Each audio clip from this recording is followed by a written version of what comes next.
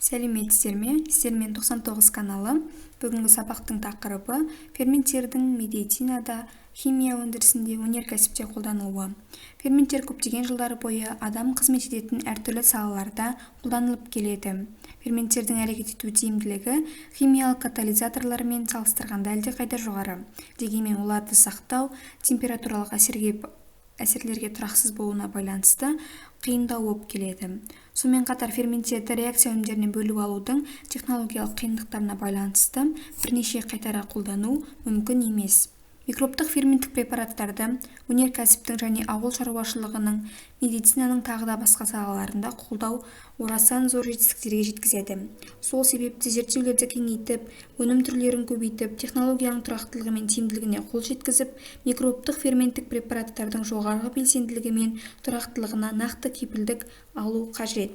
Көптеген ауру тудырмайтын түрлер іс жүзінде кеңінен қолданылатын құнды биологиялық белсенді заттар түзеді. Сондықтан да оның маңызы жоғары болып келеді. Генетикалық әдістемелердің көмегімен антибиотиктердің жоғары белсенді продуценттері өндіріске енгізілді. Бұл пенициллин, терамицин сияқты антибиотиктер өндірісін айтарлықтай арттырды. Медицина және жеңіл тамақ химиялық өнеркәсіптердің бірқатар саласында үлкен мәні бар ферменттер өндірісін дамытуға жағдай жасалды.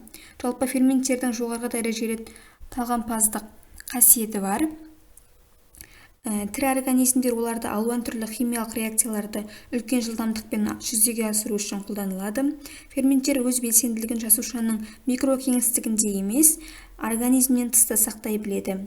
Қазіргі биология ғылымының қарқынды дамуы технология, денсаулық сақтау, ауыл шаруашылығы сұраныстарына және зерттеушілердің біліміне де құштарлығына байланысты болып келеді. Біздің замандарымыз функционалдық генетикалық жүйелердің өнімі болғандықтан, академиялық қызығушылықтың өзі жеке қызығушылық тудырады. Бұл ғылыми қызығушылық пен жеке аспектінің үйлесімі рекомбинатты ДНК технологиясы және оның бөлігі генетикалық инженерияға қоғамның үлкен қызығушылығын тудырады. 20 ғасырда биологиялық жетістіктер тарихи маңызды бар оқиғаларға айналды. Бұл ғылымда тек оң жемісін беріп отырған нағыз эволюция болды. Біз өзімізді және басқа да тірі жаратылыстарды тереңнен тани бастадық. Жалпы зерттеу мақсатында медицина және өнеркәсіпте қолданылатын көптеген маңызды өнімдер, гормондар, вакциналар, ферменттер алынды. Адамдар зиянды микроорганизмдерді қоршаған ортаның пайдалы агенттеріне айналдыра отырып, оларды өзгертуге де үйренді. Жақсы бағытта өзгертілген микроорганизмдер басқа да зиянды қасиеттерге ие болу мүмкіндігін есте сақтауымыз керек. Соматикалық жасушалардың генотерапиясын және жаңа технологияларды қолдану арқылы алынған диагностикалық әдістерді мақсатсыз пайдаланбау үшін мұқият талдау жасау қажет.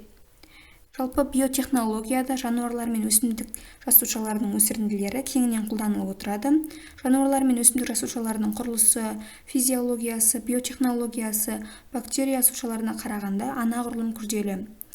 Жануарлар мен өсімдік жасушаларының өсірінділерінен күрделі және құнды өнімдер кең ассортиментін алуға болады. Алайда олар көп процесті, көп еңбекті қажет етеді, әрі қымбатқа түседі. Назарларыңызға рахмет.